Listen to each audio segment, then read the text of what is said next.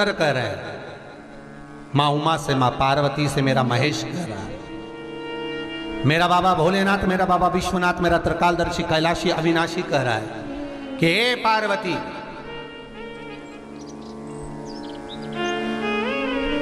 एक बीला, एक बेल जो मुझे समर्पित करता है, और समर्पित करने के बाद उस बेल की महत्वता देखिए, जो बैसाख महीने में बाबा शंकर को जो चढ़ाया जाता है, और 1000 अश्वमेध यज्ञ का पुण्य फल हम प्राप्त कर लेते मात्र एक फल चढ़ाकर, मात्र एक फल चढ़ाकर। हे पार्वती, संसार का मनुष्य जब मुझे वो बेलपत्र समर्पित कर, वो बेल का फल समर्पित करता है, पार्वती वो फल जो मुझे चढ़ता है, फिर मैं भले नर्मदा के जल से निकला हुआ कंकर शंकर क्यों ना हूं, फिर चाहे मैं गंगा के जल से निकला हुआ कंकर शंकर क्यों ना हूं, चाहे फिर मैं यमुना के जल से निकला हुआ कंकर शंकर क्यों ना हूं, चाहे मैं सरयू के जल से निकला हुआ कंकर शंकर क्यों ना हूं, चाहे मंदाकिनी के जल से निकला हुआ कंकर शंकर क्यों ना हूं, ए पार्वती, फिर जो भी शिवलिंग पर वो बेल समर्पित होता है, वो बेल उठाकर जीव अपने कार्य में ले सकता है। ये माँ उमा से कह रहा है। तो उस बेल की महत्वता जानेंगे। अब अपन उस बेल को जानने के लिए वापिस स्कंद पुराण में चले, तो स्कंद पुराण में लिखा हुआ है कि जो बेल बैसाख के महीने में शंकर को चढ़ाया जाता है, वो बेल का फल उठाकर रख लिया जाता है। बैसाख के महीने में उस चढ़े हुए, बाकी के आपको बेल का फल खाना हो तो बात दूसरी, पर चढ़ा हुआ जो बेल का फल है वो पूरा बैसाख नहीं खाना। बैसाख के बाद में अगला जो महीना आए, उस महीने के अंदर उस फल के अंदर का गुर्दा निकालकर उसको सुखा लीजिए, और सुखाकर जिस व्यक्ति को पथरी की बीमारी हो और जिस व्यक्ति को पेट में बहुत भोजन पचता ही नहीं है, पूरा शरीर पाचन क्रिया बेकार हो गई, उस व्यक्ति को केवल 7 दिन तक शंकर पर चढ़ा हुआ वो बेलपत्र प्रदान कर दीजिए। पथरी भी बाहर और पाचन क्रिया भी ठीक, जिंदगी भर तकलीफ नहीं। उस बैसाख में उस फल की इतनी महत्वता बाबा भोलेनाथ स्कंद पुराण, लिंग पुराण, नर्मदा पुराण, पद्म पुराण के अंतर्गत, शिव महापुराण के अंतर्गत वर्णन कर, उसकी महत्वता है। वो बेल का फल साधारण नहीं हो सकता। अब मंदार का जो पुष्प होता है, आंकड़े का जो फूल होता है, एक सफेद कलर का भी होता है और एक गुलाबी कलर का भी होता है। देखा है आप लोगों ने? बोलो, जम के बोलो, देखा है ना? गुलाबी कलर का जो पुष्प होता है वो, आप मंदार का, आंकड़े का जो गुलाबी कलर का पुष्प होता है, आप टीवी पे देख रहे होंगे, एक सफेद देख रहे होंगे, एक मंदार का गुलाबी फूल, नीला कलर का फूल देख रहे होंगे। जो नीला कलर का जो पुष्प होता है, गुलाबी कलर का जो आंकड़े का फूल होता है, प्रयास करना, जब किसी विषम परिस्थिति में फंस गए, विषम परिस्थिति, जब आपको लग रहा है कि मुझे बहुत भय लग रहा है, कुछ बुरा होने वाला, आपको लग रहा है आज मेरी उल्टी आंख बहुत फड़क रही है, कुछ गड़बड़ होने वाला है, आपको लग रहा है मेरी सीधी आंख फड़क रही, कुछ गड़बड़ होने वाला है, तब केवल वो नीला जो गुलाबी पुष्प है मंदार का, उसको कहीं से लाकर शिवालय में अशोक सुंदरी वाली जगह पर स्पर्श कर कर शिवलिंग पर आप चढ़ा दीजिए। आपकी विषम परिस्थिति कैसी भी होगी, वो रास्ता बनाकर बाहर निकल जाएगी, आपको फंसना नहीं, परेशान नहीं। मंदार आंकड़ा, सफेद आंकड़े का पुष्प भी भगवान शिव को समर्पित होकर, जैसे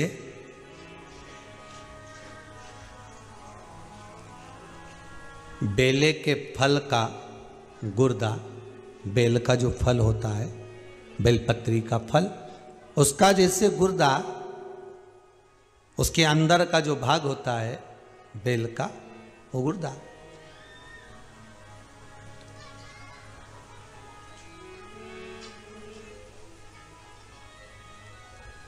उसको अग्नि में जलाकर उसकी भस्म तैयार कर कर छान कर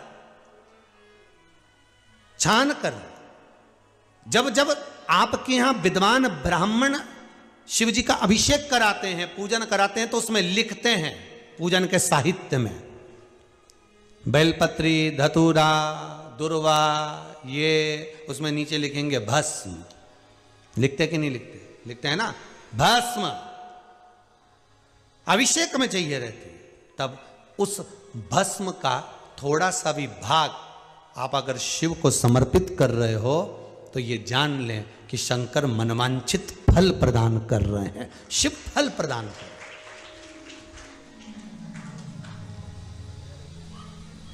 महाराज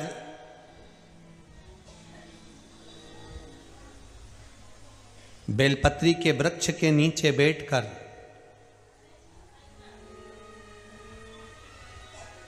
हाथ में एक बेलपत्र का पत्ता रखकर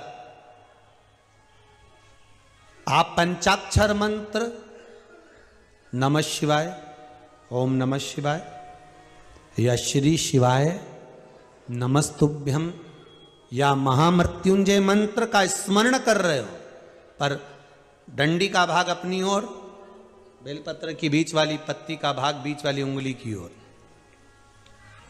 रखकर अगर आप स्मरण कर रहे हैं और अपनी कामना कर कर बेलपत्री के वृक्ष के नीचे बैठकर उस पत्ते को सम्मुख रखकर बाबा से विनय कर कर एकांत में उस बेलपत्री के वृक्ष की छांव में,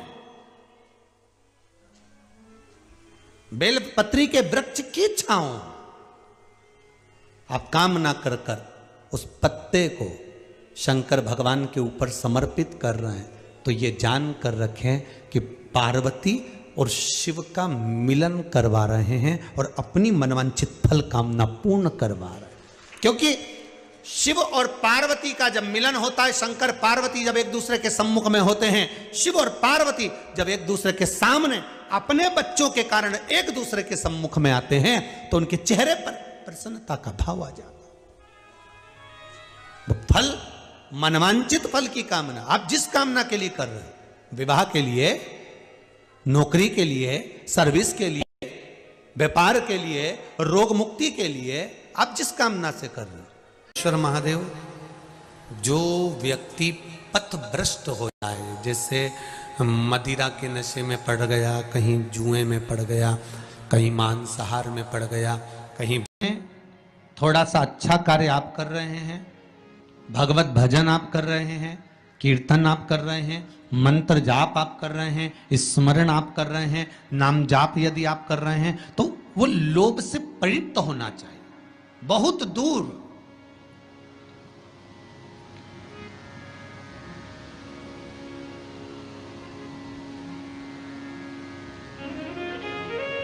आपके भीतर वो उपजे ना।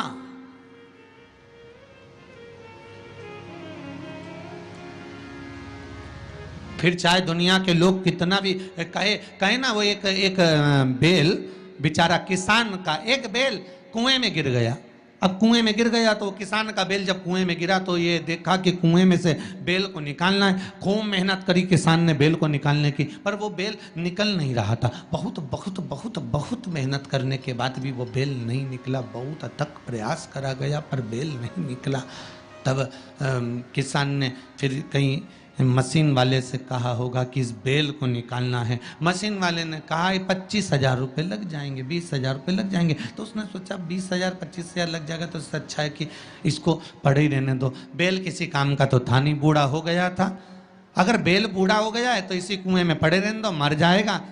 इसी कुआं भी सूख गया है, इसमें कोई दिक्कत वाली बात नहीं, अपन कचरा पटकते जाएंगे, बेल को वहीं की वहीं दबा देंगे। गाँव के लोगों से कह दिया मेरा बेल कुएं में गिर गया है और ये बूढ़ा हो गया था। एक काम करो, तुम्हारे गांव का जितना भी कचरा है ना, घर वाले वो सब लाकर इसमें डालते जाना। बेल मर जाएगा, धीरे धीरे उस पर मिट्टी डल जाएगी। गांव के लोगों ने कचरा लाकर डालना चालू करा। जैसे जैसे बेल के पास में कचरा पटकना प्रारंभ करा, बेल भी समझदार था। इधर कचरा पटकते तो इधर पांव रखकर खड़ा हो जाता, इधर पटकते तो इधर पांव रखकर खड़ा हो जाता। धीरे धीरे पूरा कुआं भराते चले गया और बेल कचरे पर पांव रखते रखते रखते रखते रखते रखते बाहर।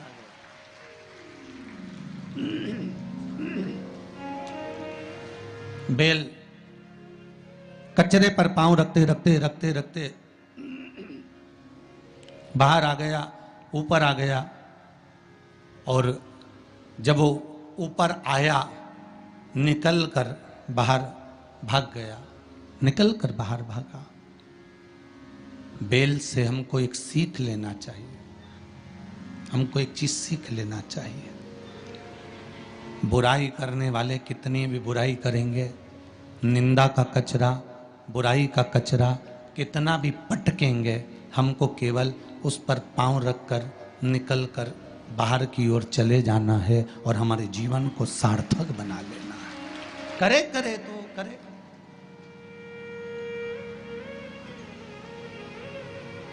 अब शब्द कहने वाला कहता रहे, ताने देने वाला देता रहे, गाली देने वाला देता रहे, अपनी शिव भक्ति, अपना स्मरण, शंकर का अनुमोदन होता रहे, बस इसका ध्यान रखना। बैसाख के महीने में 9वीं तिथि को माता जानकी का प्रागट्य हुआ है पृथ्वी से।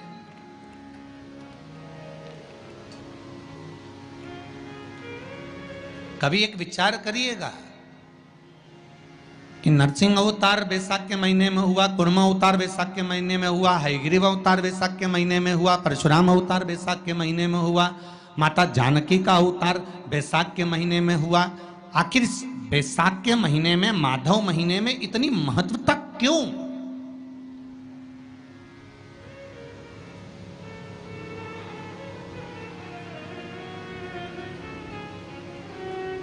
बैसाख के महीने में पड़ने वाली एकादशी, चतुर्थी, प्रदोष,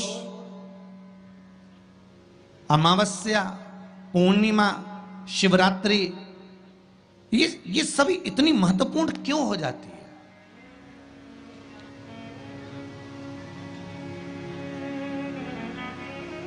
इसकी महत्वता इतनी प्रबल क्यों हो जाती है? किस लिए?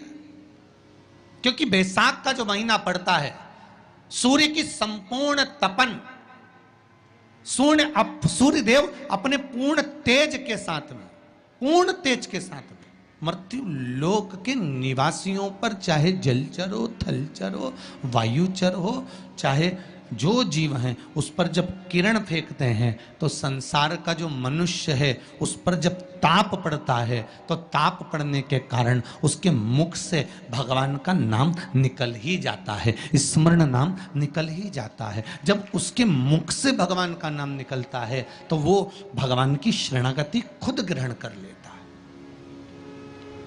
स्वयं।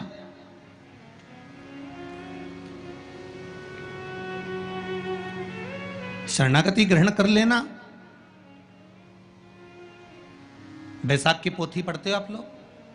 आप में से अगर कोई पढ़ता हो बैसाख महीने की पोथी, तो उसमें एक वर्णन आता है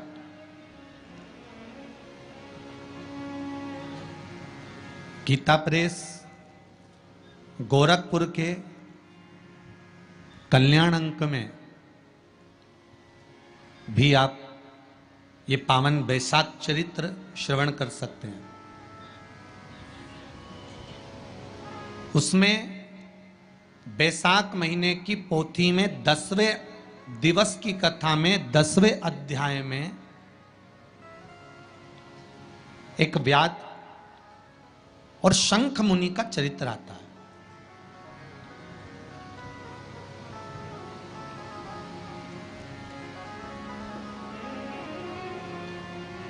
शंख मुनि एक बार निकलकर भगवान शंकर के मंदिर में जल समर्पित करने के लिए जा रहे थे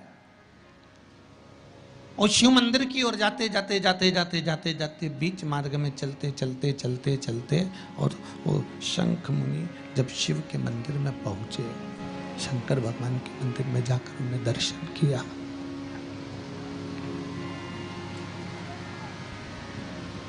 जल का पात्र उठाया और वो जल का पात्र उठाकर जब भगवान शिव को समर्पित कर रहे थे तो उसी समय जल का पात्र उठाकर जब शंकर भगवान को समर्पित करा गया और शंख मुनि निकलकर जब बाहर आ रहे थे, आते आते शंख मुनि के मन में एक भाव उत्पन्न हो गया कि जब हम भगवान शिव को कुछ वस्तु समर्पित करते हैं तो उसका फल, उसका पुण्य फल हमें कितने समय में प्राप्त होता है। ये शंख मुनि के मन में एक विचार जागृत हो गया, शंख मुनि के मन में एक भाव जागृत हो गया।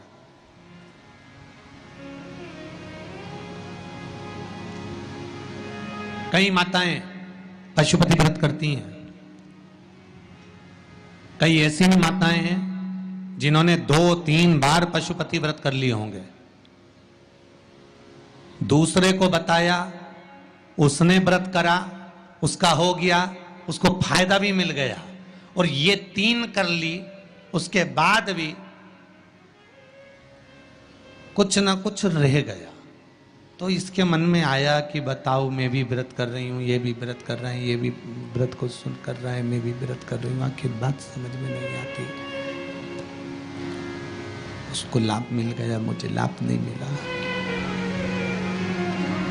उसको लाभ की अनुभूति होगी, मुझे लाभ की अनुभूति नहीं हुई। तो कभी विचार करना कि तुमने उसको पशुपति व्रत बताया, उसने व्रत किया और बड़े दिल से करा, बड़े बड़े दिल से करा, तुम्हारे बताए अनुसार करा। मतलब तुम्हारी बात पर कितना विश्वास होगा उसको, तुम्हारी बात पर कितना भरोसा होगा उसको, और तुम्हारे बताए अनुसार उसने पशुपति व्रत कर लिया और उसका काम हो गया, और तुम 2 बार 3 बार 4 बार 5 बार कर चुकी तो भी नहीं हुआ। उसका कारण क्या हो सकता है? उसका एक कारण है, तुम्हारी बात पर उसने विश्वास कर लिया, पर तुम अभी विश्वास पूर्ण रूप से कर नहीं पाई हो। तुमने ये सोचा है कि दुनिया कर रही है तो अपन भी कर लो। एक बार महाराज ने बोला है कर लो, देखा जाएगा, पर तुम्हारे बात में वो जागृतता, तुम्हारे पास में वो बल, तुम्हारे पास में वो जागृतता, तुम्हारे पास में वो बल, तुम्हारे पास में वो विवेक, तुम्हारे पास में वो बल प्राप्त नहीं हुआ, वो विश्वास जागृत नहीं हुआ। यदि तुम्हारे पास वो विश्वास जागृत हो जाता, वो बल जागृत हो जाता, तो तुमने जब पशुपति व्रत करा उसका फल तुमको मिल जाता। अगर विश्वास जागृत होता तो फल मिल